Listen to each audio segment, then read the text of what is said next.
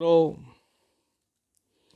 मैं Kishan Lal Sharma KLS all in one अपने YouTube channel की ओर से इलेक्शन का दौर चल रहा है। हिमाचल में अभी अभी इलेक्शन होके चुके हैं, गुजरात में हो रहे हैं, दिल्ली नगर निगम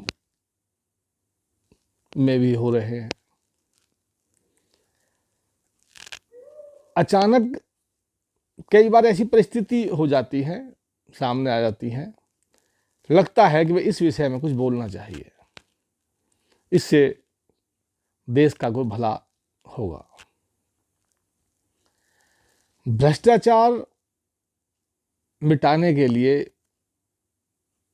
एक बहुत बड़ा यज्ञ हुआ, अभियान हुआ, अन्ना हजारे जी लेके आए। उस यज्ञ में देश की बड़ी बड़ी हस्तियां, देश के लोग जिन्हें बढ़ चढ़ के हिस्सा लिया, हर फील्ड के लोग थे। जुडिशरी से भी संबंधित श्री संतोष हेगड़े जी, जस्टिस ब्यूरोक्रेट्स से किरण बेदी जी, श्री हर क्षेत्र कुमार विश्वास, पत्रकारिता से देवेंद्र यादव, आशुतोष जी,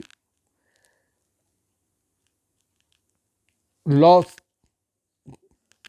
वकीलों से शांति भूषण जी, पूर्व मंत्री प्रशांत भूषण जी, और हर बड़े से बड़े हर फील्ड में ये एक ऐसा यज्ञ हो रहा है अन्ना हजारे जी के नेतृत्व में कि भ्रष्टाचार खत्म हो जाएगा। इसी तरह का यज्ञ महाराजा द्रुपद ने किया था, और उसमें एक कन्या द्रौपदी और एक पुत्र धृष्टद्युम्न की उत्पत्ति हुई। धृष्टद्युम्न की उत्पत्ति केवल उनके जीवन में एक ही लक्ष्य था, गुरु द्रोणाचार्य का वध। चलो यहां गुरु द्रोणाचार्य का भ्रष्टाचार, इसका कोई मेल तुलना नहीं है, तो यज्ञ के उससे बताने के वो चाह रहा हूं, बाकी कोई तुलना नहीं है।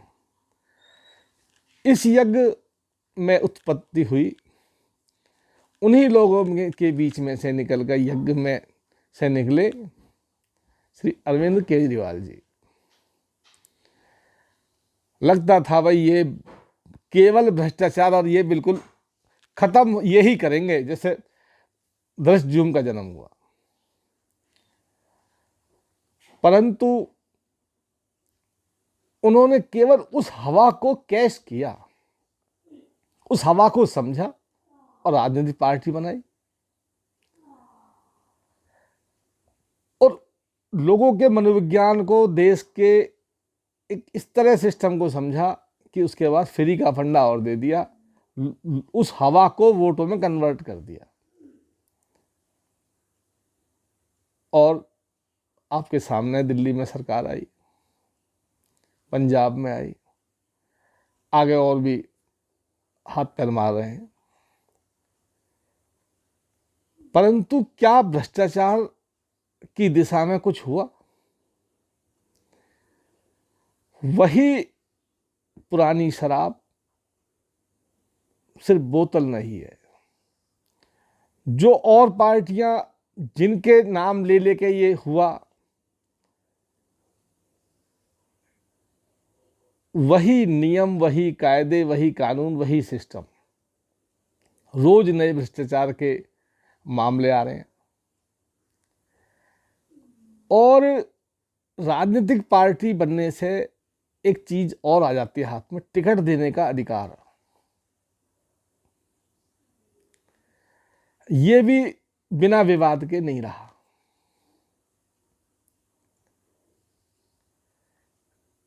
जैसे MLA के इलेक्शन में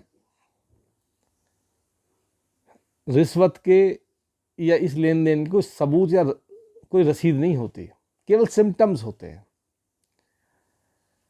बदरपुर क्षेत्र के एक पूर्व एमएलए को रात रात में टिकट दी गई।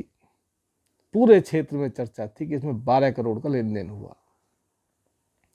किसने लिया, कहां गया, क्या हुआ,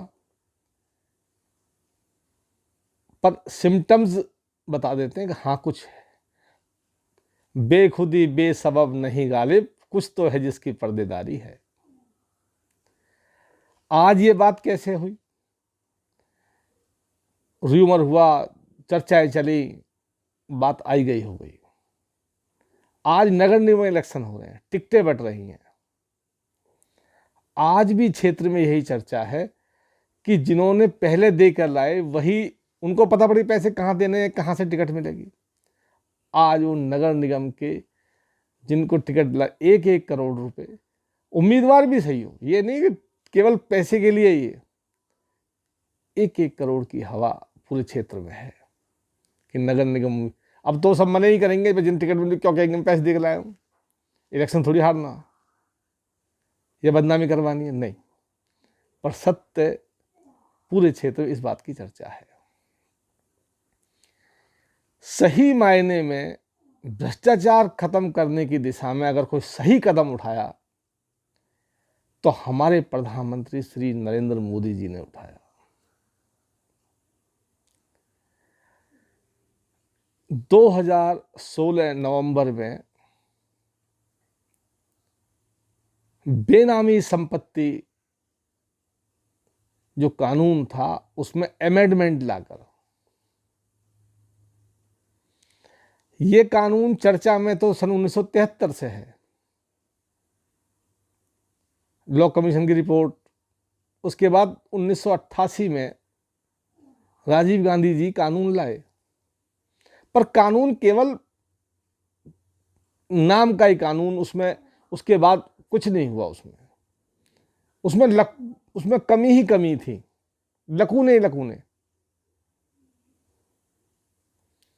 फिर 2011 में भी उसमें कुछ मनमोहन सिंह जी ने कुछ हरकत की, पर उसमें कोई बरकत के लिए लकूने फिर रह गए। 2016 में फिर सही मायने में बेनामी संपत्ति वालों की गिरबान तक पहुंचने का सही रास्ता और सही तरीका हमारे आदरणीय प्रधानमंत्री श्री नरेंद्र मोदी जी लाए। आज उस कानून से कम 1000 करोड़ की तो प्रॉपर्टी तकरीबन जब्त हो चुकी है, और ना जाने कितने और इसके रडार पे हैं। इसमें थोड़ा सा मैं और बताना चाहता हूं। राजनीति में बेनामी संपत्ति का सीधा संबंध ऐसा है कि कई बार पार्टियां गठबंधन करने के पैसे और कई बार ना करने के पैसे भी इसमें आते हैं, बहुत मोटे, और अचानक आते तो समस्या हो जाती है, पैसे लगाए कहां, क्या करें। कुछ पॉलिसीज ऐसी बन जाती हैं, बना देते हैं, जिससे पैसे का बहुत बड़ा रास्ता खुलता है। कैसे? इसके 2 उदाहरण देता हूं। 2004 और 2014 के बीच में तो हरियाणा में अगर गुड़गांव डिस्ट्रिक्ट को खंगाला जाएगा तो कम से कम 1 लाख करोड़ की बेनामी संपत्ति आएगी, कम से कम 1 लाख करोड़।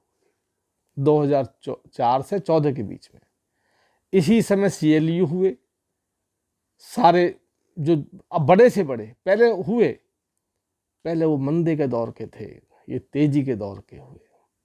बड़े बड़े नेताओं को ऑबलाइज करना, उनके कुछ दूसरी पार्टी में शुभचिंतक भी थे, उनको भी कह देवे तो यहाँ ऐसे कर ले, कम से कम 1 लाख करोड़, तकरीबन 1 लाख करोड़ की संपत्तियां अगर सही खंगाला जाएगा तो निकलेंगी गुड़गांव में।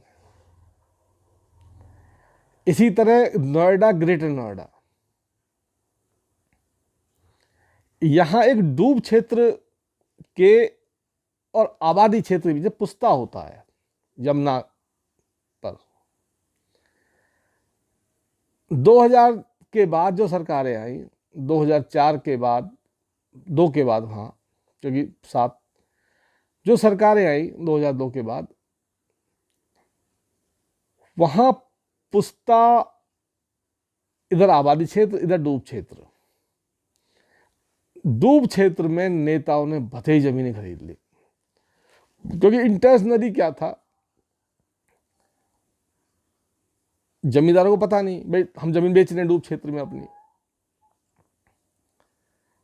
बाद में वो पुस्ता आगे सरका दिया, वो जो जितना रकबा था वो आबादी क्षेत्र में आ गया, कीमतें बहुत बढ़ गई और अपना नंबर 2 पैसे भी खप गया।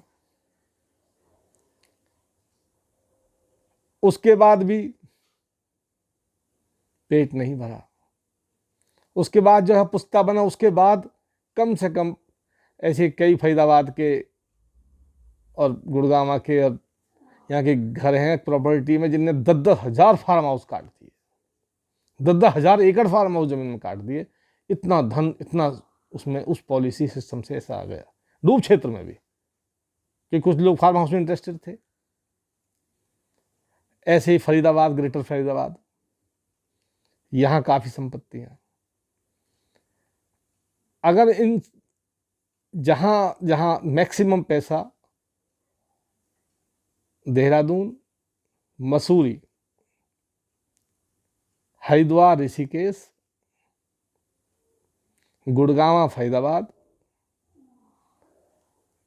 जयपुर, अलवर, बीकानेर और मथुरा और वृंदावन, ज्यादातर पैसा इन क्षेत्रों में गया।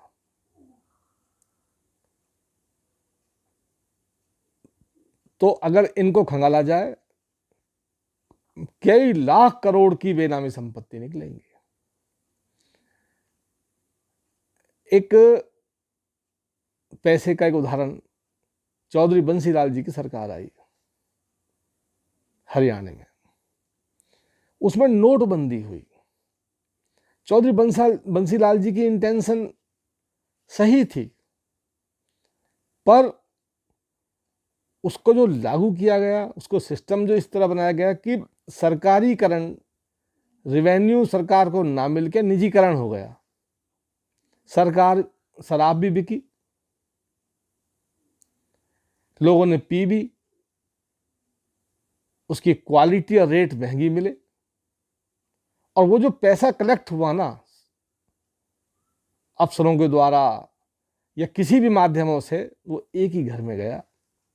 उस समय चौधरी सुरेंद्र जी सुपर चीफ मिनिस्टर थे। उनका वो पैसा, उनके ही एक शिष्य कह लो, चेले कह लो, साथी कह लो, उसके नाम बेनामी संपत्ति खरीदते चले गए। बाद में वही हरियाणा में मंत्री बने। अगर शराबबंदी से पहले उन मंत्री जी का रिकॉर्ड, परिवारिक संपत्ति सिस्टम खंगाला जाएगा, और शराबबंदी के बाद आज वो कम से कम 15 से 20 हजार करोड़ रुपए की संपत्तियां हैं। उनका कंपैरिजन करके देख लो। ऐसे ही जो लोग 12-12, 15-15 करोड़ रुपए, 10 करोड़ टिकटों के दे रहे हैं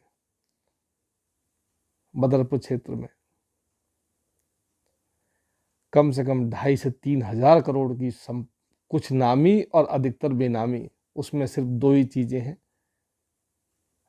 नंबर 2 का पैसा और बेनामी संपत्ति।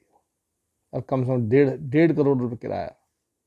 कितना वो टैक्स भरते हैं, कितना वो सरकार उसमें करती है, नामी क्या है, बेनामी क्या है, ये बहुत बड़ी जांच के विषय है।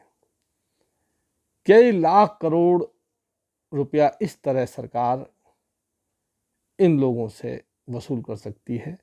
ये तो कुछ भी नहीं है 800,000 करोड़ जो अब तक हुए हैं। अगर सही खंगाले जाएंगे इन शहरों को जो उन्होंने नाम बताए, बहुत माल मिलेगा।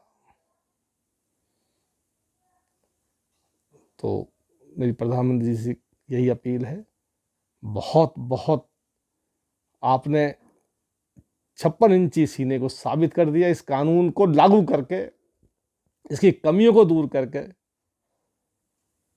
अब इस दिशा में और आगे बढ़ने की आवश्यकता है। धन्यवाद।